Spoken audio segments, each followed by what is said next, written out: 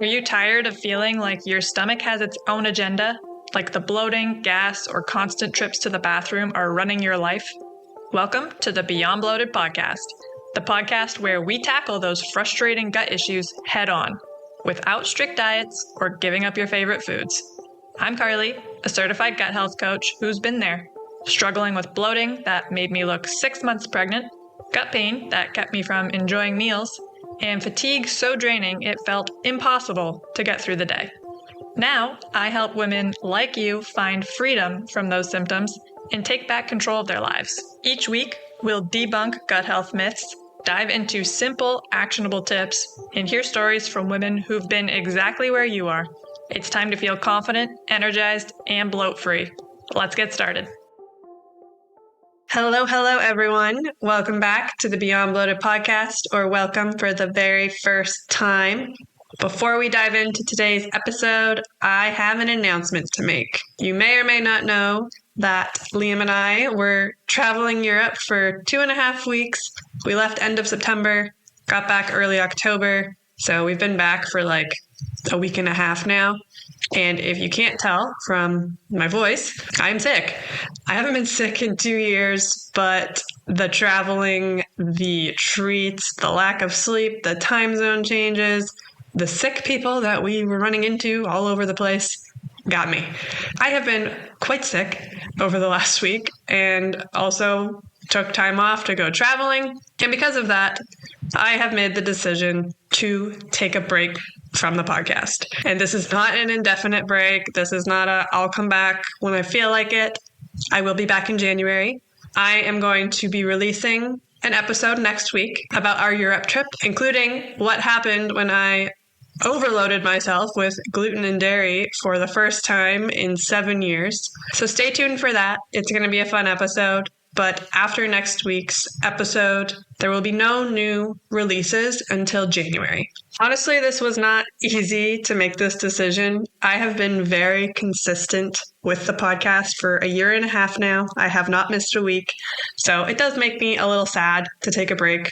But honestly, this is a good time to do it. I just got back from traveling. I am sick, and it's also the holidays. So I know people are going to be busy November and December with their family and their friends and celebrations and travel and whatever else you got going on. So now is the best time to take the break if I'm going to do it. I really appreciate everybody listening and coming back and sharing and growing this podcast with me over the last 1.5 years. It's been awesome, which is why I will 100% be back in January. I plan on recording episodes in November and December. I have guests lined up already, so I will be back and I will be pumping out some amazing content for you in the new year, and I'm really looking forward to welcoming you back in a couple of months. Now for today, I am bringing back one of my most popular episodes, which was my 2-week experiment wearing a continuous glucose monitor and tracking how things like my food intake, stress levels, and movement all impacted my blood sugar levels and, by byproduct, my bloating. This time of year tends to throw a lot of us off our usual routines because we are indulging a little bit more. We're sleeping a little less. We're skipping workouts and overall dealing with more stress. All of that adds up to the one thing people don't really realize: major blood sugar swings. When your blood sugar is all over the place, it doesn't just impact your energy or your mood.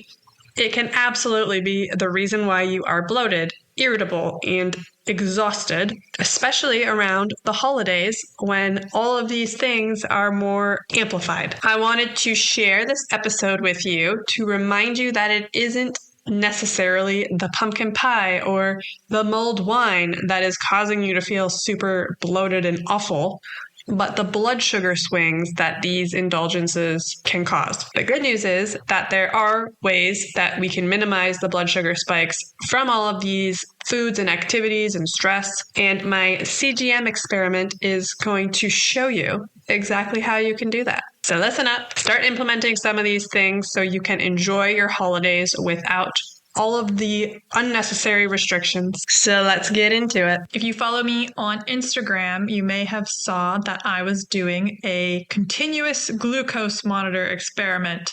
CGM for short, because I'm not going to say continuous glucose monitor 20 times during this podcast. In that experiment, I wore a CGM on my arm for 2 weeks, and I tested different foods, different exercises, stress levels, sleep, all the things to see how those external factors impacted my blood sugar levels. I wanted to do this because I am a huge data nerd. You may or may not know, I have a math degree. I love numbers. I love hard facts, the data. So even though I know on a day-to-day basis, I eat pretty balanced, I wanted to see, is it true? Are my meals spiking my blood sugar levels? I also wanted to see how exercise and other things were impacting them as well, because that's something that I can't necessarily control. Stress is something that happens. Exercise, it's good for us, but that doesn't mean it's not impacting things like our blood sugar levels. So I just wanted to live my life for 2 weeks and see how my blood sugar levels reacted. I want to reassure you that you do not need a CGM to balance your blood sugar levels. Like I said, I am a huge health nerd, data nerd. I wanted to see it. If you also want to see it, by all means, go grab a CGM and see the data for yourself, but it is absolutely not necessary. You can balance your blood sugar levels without a CGM. It can be a super insightful tool, but not necessary. What a continuous glucose monitor is a small wearable device that tracks your blood sugar, aka your glucose levels, in real time throughout the day and night. You literally plug that bad boy into your arm. You wear it 2 weeks straight. It does not come off. And you do this instead of having to prick your finger for a spot check. The CGM gives you a continuous stream of data. Usually it updates every 5 or so minutes. So you literally have a chart of data for the entire day, opposed to just spot checking your finger at random times throughout the day. I posted a reel on my Instagram of me putting the CGM on. So if you're interested in how that works, what that looks like, head to @beyond.bloated on Instagram and look for that reel. But basically what it is a little tiny sensor that gets inserted usually in your arm. And this sensor measures the glucose levels in the interstitial fluid, which is the fluid that surrounds your body's cells. The sensor is connected to a transmitter, which then sends the glucose data to an app that you install on your phone. Most CGMs are worn for 10 to 14 days. The one I had was good for 2 weeks, so 14 days, and it did not require any calibration or finger pricks during the time period. I will say it took about 24 hours for it to be accurate. For the first 24 hours, it told me my blood sugar levels were extremely low. And I was like, is that true?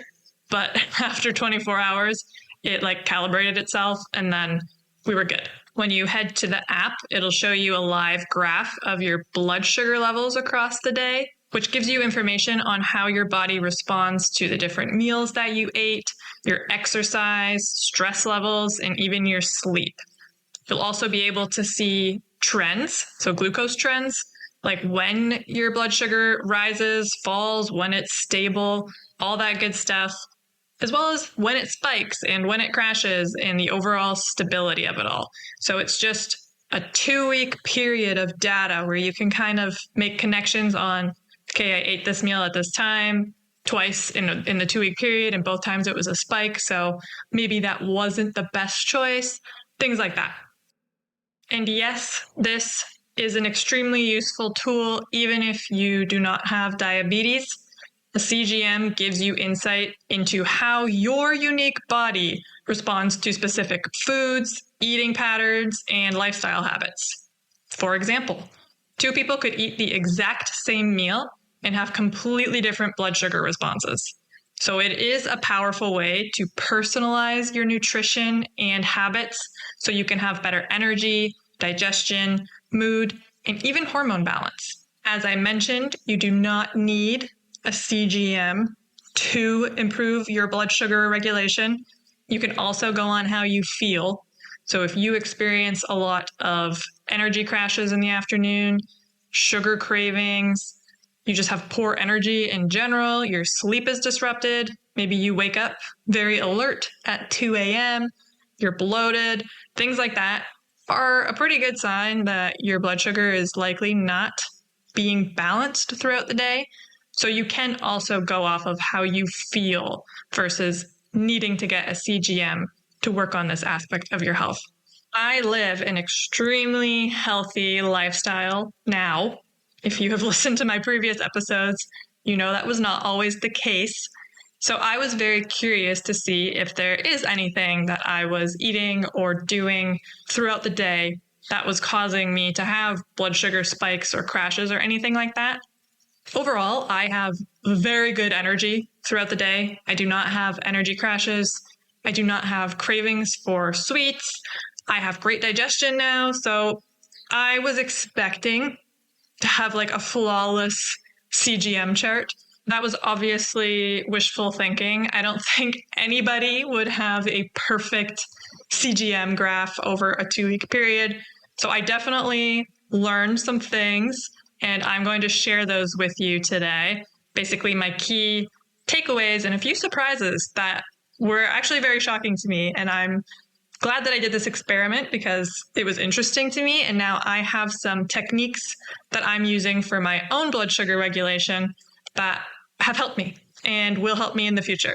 So I'm going to share those insights with you right now.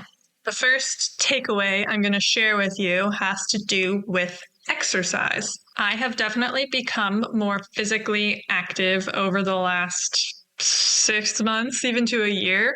I play softball, I go to spin class, I was doing personal training with my softball team once a week.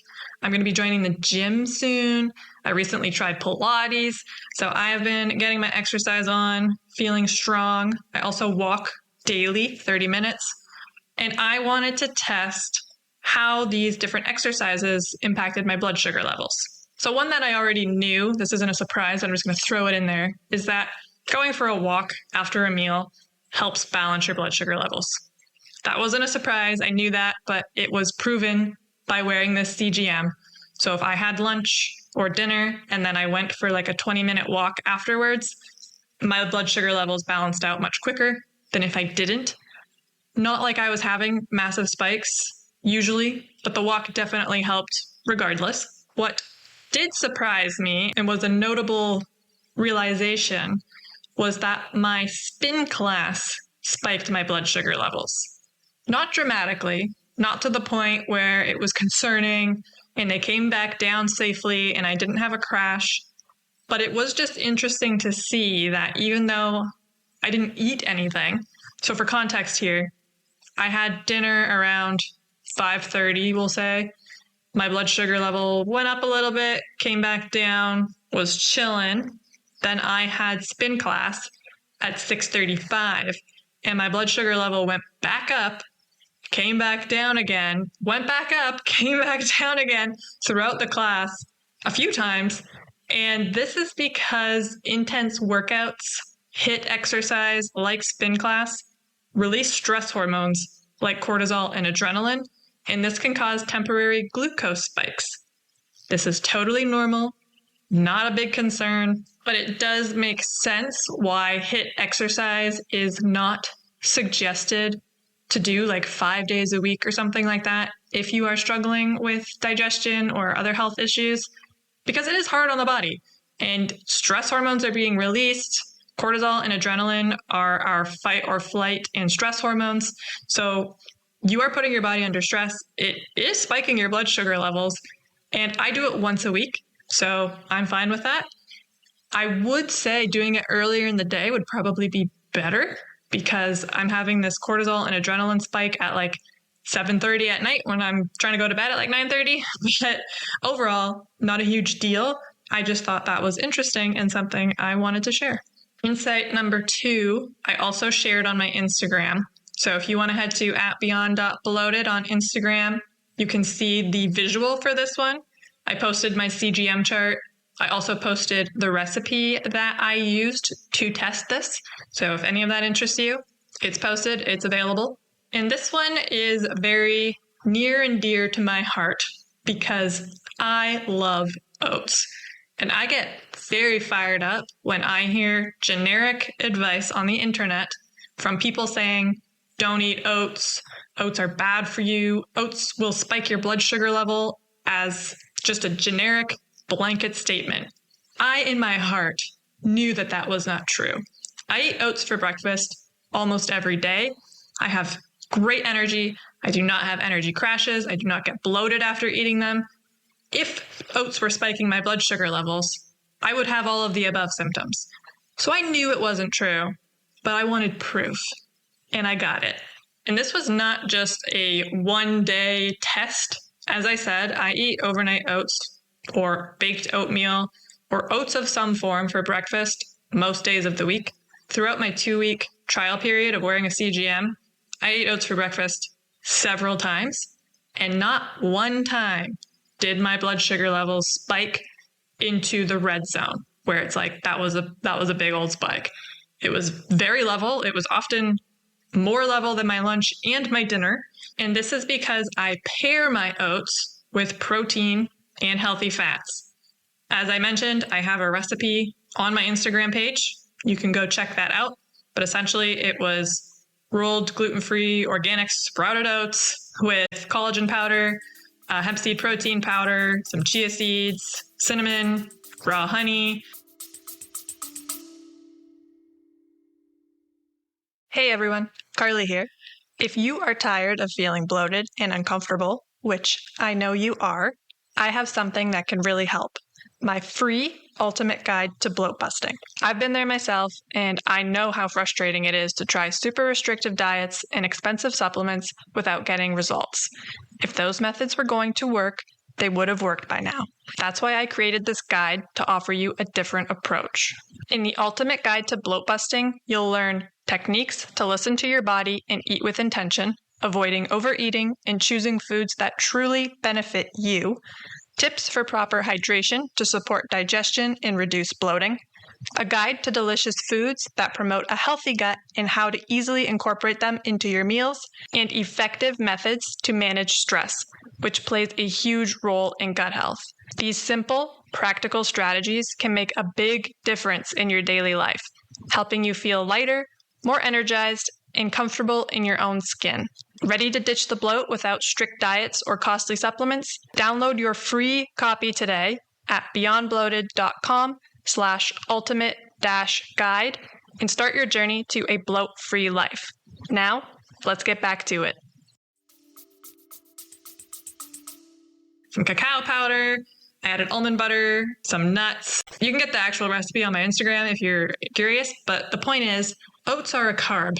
Yes, but if you pair carbs with protein and healthy fats, you should not have a significant blood sugar spike.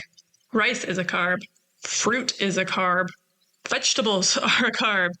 If you eat a banana on its own, it will probably cause a blood sugar spike. Does that mean that bananas are bad for you? No, it means eat your banana with some eggs and almond butter. It gets me fired up when people hate on oats. They're a healthy, whole food carb, just like all the other ones, especially if you buy organic and sprouted and gluten-free if you need it. So this was very satisfying to me that I ate oats for 2 weeks straight and not one time did I have a blood sugar spike. Now, everybody is different, of course, but in my experience, I'm good. The third insight that I'm going to share with you was actually the most shocking to me and the most beneficial for my sleep. This is also another great example of how generic health advice online is not true for everybody. And this one has to do with fasting. Fasting is a hot topic. Everybody thinks they should fast. I have had people on Instagram message me and ask my opinion on fasting. And to be completely honest with you, I am not a fan. I think an overnight fast of 10 to 16 hours is sufficient for most people. I think unless you have a very severe chronic health condition, maybe, yes, fasting could help you, but I don't think it's for everybody. I think it's very hard on the body, and I have proof that it is particularly not for me, at least not at this time. I am also currently listening to the audiobook Fast Like a Girl, which breaks down the differences between men and women when it comes to fasting. So if you are a woman who is interested in learning more about fasting for you, your body, and your hormones, I would suggest checking that audiobook out or the actual book.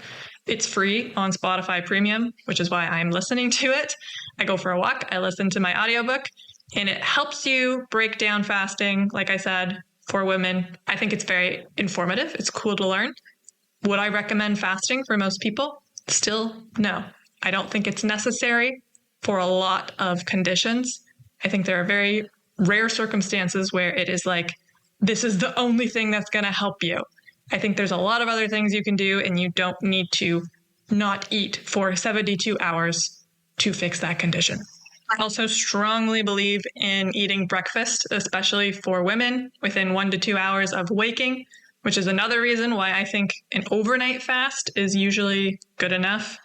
But enough with the reasons why I don't typically encourage fasting. Let's get to the real facts here. So as I was wearing my continuous glucose monitor, within the first 4 to 5 days, I noticed that my blood sugar levels were dropping into the red zone, which indicated that my blood sugar levels were too low. To my body, that is dangerously low. Anything below 4 millimoles per liter, which is like the standard measurement for blood sugar levels, glucose levels. The first 3 to 4 nights that I was wearing it, my blood sugar level was dropping below that 4 mark. And what happens when your blood sugar levels drop too low is your body releases cortisol and adrenaline to get those back up to safe levels. Because to your body, that's danger. Why are your levels going too low? We need to get that back up. Cortisol and adrenaline help do that. So as you can imagine, getting a surge of cortisol and adrenaline while I am sleeping at 1, 2 a.m. wakes me up. And then I am awake. I am wide awake. I'm not just woken up. I'm wide awake. I'm wired. And I have no idea why I'm awake, what woke me up. And then I checked my glucose monitor graph the next day, and I saw the dips at the exact times that I was being woken up. For the most part, this was happening because I was eating my dinner around 5:30, 6, and then I was not eating breakfast again until 8:30, 9 the next morning. And even though my dinner was balanced, I didn't have a massive blood sugar spike or anything like that, that time period was too long for me to go without fuel, because glucose is fuel for our brains, for our body. So my body was having to go into the reserve and pull out extra glucose because it needed that fuel overnight. So for me, doing a fast between 6 p.m. and 8:30 a.m. was too long. And I actually needed to have a snack before bed, which is what I tried doing. And when I did that, my blood sugar levels stayed stable overnight, and I was not woken up. And the snack was not like a bag of chips or something that was going to spike my blood sugar levels. It was a spoonful of almond butter or a rice cake with almond butter, some strawberries, and hemp hearts. You could have a hard-boiled egg, something that has a little bit of protein and a little bit of healthy fats and is easy to digest. I did that most nights, and some nights I ate dinner a little later, so I finished dinner around 7 instead of 6. And those nights I was fine. It was when I had too long of a fast that my blood sugar levels dropped too low, and my body released cortisol and adrenaline to get those levels back up, and I was woken up. The other night that this happened was my fault, and I knew that it was not a good choice, but I knew I was also wearing the CGM, and I wanted to see what was going to happen. So it was actually a Wednesday night, which was when I was doing my team workouts. So I ate dinner earlier than usual, probably around 5. Then I went to my team workout at 6:45. We do weightlifting, some condition training for an hour. Then I came home and it was 8:30, feeling a little hungry. I also just exercised, so I should fuel my body. So I had a rice cake with almond butter, hemp hearts, strawberries. That would have been fine if I stopped there. But I had also just picked up some organic corn puffs that were cooked in avocado oil. Definitely a better option than most chips, processed food, snack item things, but still not a great option for 8:30 p.m. at night. So after eating my rice cake, I decided I wanted some of the corn puffs too. And I ate quite a few. They were really good. And at 11 p.m. when I was sleeping, my blood sugar levels skyrocketed. And then they came crashing down at around 2 a.m. And I know that night I had woken up at 2 a.m. wide awake because, again, my blood sugar levels went too low. And this was a reaction to them going too high. So when our blood sugar levels spike, our bodies release insulin to bring it back down. If you have a significant spike, your body could release too much insulin, and that will bring your blood sugar levels too low. And then your body produces cortisol and adrenaline to bring them back up again. So this blood sugar roller coaster was happening between the hours of like 10 p.m. and 5 a.m. because I had corn puffs at 8:30 at night, and it definitely disrupted my sleep. I did not have a restful sleep. I was woken up and was wide awake. I couldn't fall back asleep. And looking at the chart the next morning, it made complete sense. And since then, I will not be eating organic corn puffs that late at night. The same concept applies for when you skip meals throughout the day. So if you skip lunch, that's likely too long for your body to go without fuel. So your blood sugar levels might be dropping in the afternoon, and then your body's releasing cortisol and adrenaline to get those back up. And then that can cause sugar cravings, energy crashes, moodiness, irritability, and of course, bloating. So I recommend eating breakfast, lunch, dinner, snack if you need one, and making sure those are balanced and eating around the same time every single day. This will help keep your blood sugar levels balanced and stable throughout the entire day, making sure you have energy, your sleep isn't disrupted, your bloating is minimized, and you aren't craving sweets and carbs and all that stuff throughout the day. My fourth and final insight that I will share with you today was my pizza experiment. Now, some people have the impression that gluten and dairy-free means healthy and you can do whatever the hell you want. That is definitely not the case. A lot of gluten and dairy-free foods are filled with sugar. They are still ultra-processed if they are packaged foods or pizza from a restaurant. And a lot of gluten-free flours and things like that are actually high glycemic. So that means that they are more likely to spike your blood sugar levels. So just because it's gluten dairy-free does not mean it is healthy and you can get away with eating anything because it has the gluten dairy-free label on it. I myself am gluten and dairy-free, and at the beginning of my gluten and dairy-free journey, nearly 7 years ago, I was eating a lot of the ultra-processed, packaged gluten and dairy-free foods, and I still felt very shitty because of that. These days, I eat mainly whole foods. I eat better versions if I do buy the packaged foods, but sometimes I still get pizza. I like pizza. Pizza Friday is my favorite. I don't get it every Friday, but I would say twice a month I'll get a gluten and dairy-free pizza, and I enjoy it. I got my pizza from a local place, gluten, dairy-free. I added chicken for protein. I also added lots of veggies for fiber. There was healthy fats on there. I added olive oil. So overall, this was a balanced pizza as far as pizzas go. However, I ate 4 slices of this pizza on a Friday night, and this was the biggest blood sugar spike that I had over the 2 weeks. My blood sugar levels went over 13 millimoles per liter, biggest spike that I had in the 2-week time frame. And this was even after I had drank apple cider vinegar diluted in water before the pizza, because that can help balance your blood sugar levels.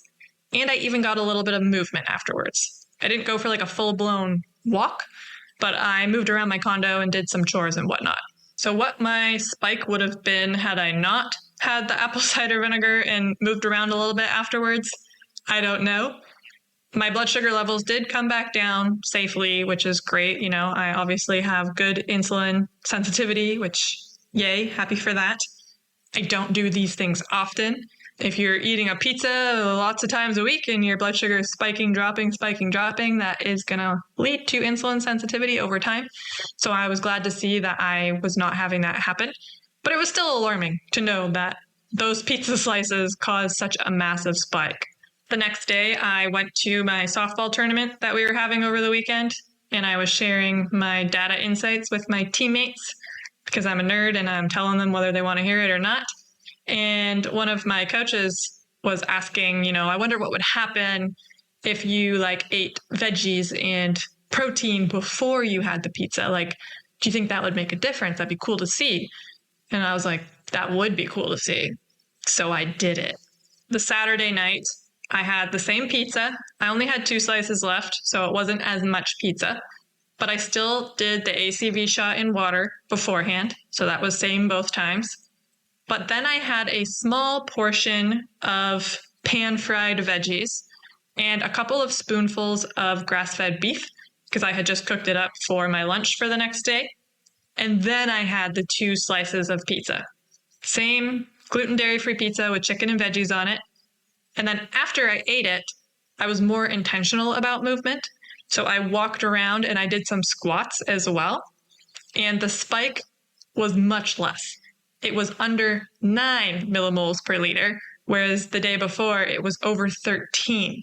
So this was very cool to see because it is also proof that how we eat is just as important as what we eat. So taking the ACV, eating the protein and the fiber before I had the pizza, and then being more intentional about movement afterwards, and also eating not as much pizza, all impacted my blood glucose levels significantly. And that made me feel better because now I know when I have pizza, I'm going to do some of these habits ahead of time when I can. Sometimes I won't be able to, and that's okay. But if I have the ability to do some squats after the pizza or eat a little bit of veggies and protein before the pizza, and that will significantly help reduce the blood sugar spike, why wouldn't I do that? So those are my 4 main takeaways from my 2-week continuous glucose monitor experiment. Obviously, you and I are different, so my results will not be the exact same as yours, but the general principles remain the same. Eating a balanced meal, doing certain habits like getting movement after meals, or eating your veggies and proteins before eating a carb-heavy meal can all help stabilize your blood sugar levels. And if you are experiencing being woken up at 2, 3 a.m. and you don't know why, and you're wide awake, it might be because your blood sugar levels are dropping too low. So you could try having a balanced snack before bed, see if that helps you. Also ensuring that you aren't skipping meals. So you eat breakfast, lunch, and dinner, a snack if you need one. And then also managing your stress, because there was also a time, I didn't even share this one with you, but I'll give you a quick glimpse. I had a very stressful day. I ate extremely quickly. I was in between meetings. I was having anxiety about a presentation I had to do, and my blood sugar levels spiked hard. And it wasn't because I didn't eat balanced. It's because I was very stressed out and I ate my meal super quickly, and that caused a blood sugar spike. The exercise you do, the stress you experience, how you eat, all impact your blood sugar levels. What you eat is important, but it is absolutely not everything. I also help my one-on-one clients with balancing their blood sugar levels, managing their stress, choosing movement that works for them and their bodies. And I would love to do the same for you. So if you are interested in getting support with those habits to help reduce bloating, have consistent energy throughout the day, reduce cravings, sleep better, then apply to my one-on-one coaching program. The link is in the show notes. You are by no means committing. It just means we're going to meet for a free 30-minute chat, see if we're a good fit. If so, we'll start balancing those blood sugar levels. I hope this was helpful for you and you can start to make some positive shifts in how you eat to feel better. And I am looking forward to talking to you next week. Did you learn something new and useful today? If the answer is a big, resounding hell yeah, do me a favor. Subscribe to this podcast. Even better, toss a rating in there too. It helps more bloated babes discover this show and lets me keep bringing you this free, gut-loving content every single week. And hey, don't be greedy. Share this episode with your bestie who's always unbuttoning her pants after dinner. She will love you even more for it. Thanks for hanging out with me and showing your gut some love. Keep on putting what you learn into practice and you will be bloat free in no time. Catch you in the next one. Bye.